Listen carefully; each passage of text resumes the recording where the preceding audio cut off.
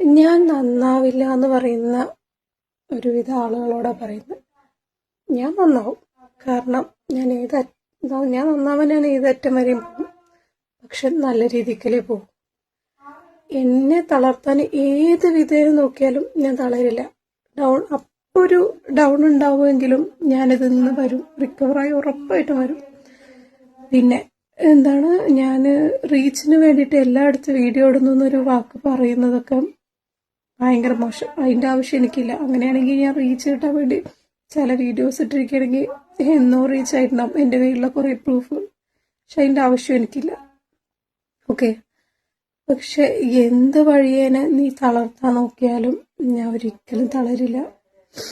ഇത് ഇപ്പത്തെ ഈ ഡൗണ് കണക്കാക്കണ്ട. ഇപ്പൊ നടന്ന ഈ ഒരു ഇൻസിഡന്റ് എനിക്ക് ഫീൽ ആയത് കൊണ്ടാണ് ഞാനിപ്പോ ഡൗൺ. ജസ്റ്റ് കുറച്ചു നേരം എനിക്ക് ഇഷ്ടമുള്ളത് ചെയ്താൽ ഞാൻ ഓക്കെ ആവും. ഞാൻ അതിൽ നിന്ന് റിക്കവർ ആവും. എന്റെ മേലെ ഒരു തെറ്റുമില്ല. ഞാൻ ആർക്കെതിരെ ഒന്നും ചെയ്തിട്ടുമില്ല. ഒരു തെറ്റും ചെയ്യാൻ ഞാൻ നിന്നിട്ടുമില്ല. എന്റെ ഭാഗത്ത് ന്യായമുണ്ട്. അതുകൊണ്ട് ഞാൻ ആരെയും പേടിക്കുന്നില്ല. ആരില്ലെങ്കിൽ ഞാൻ ഒറ്റയ്ക്ക് നിന്ന് തന്നെ എല്ലാ കാര്യത്തിലും പൊരുതും. ഓക്കെ. ഞാൻ നന്നാവും. നീയും നന്നാവണം. പക്ഷെ നല്ല രീതിക്കലായിരിക്കണം എന്ന് മാത്രമേ ഞാൻ ആഗ്രഹിക്കുന്നുള്ളൂ.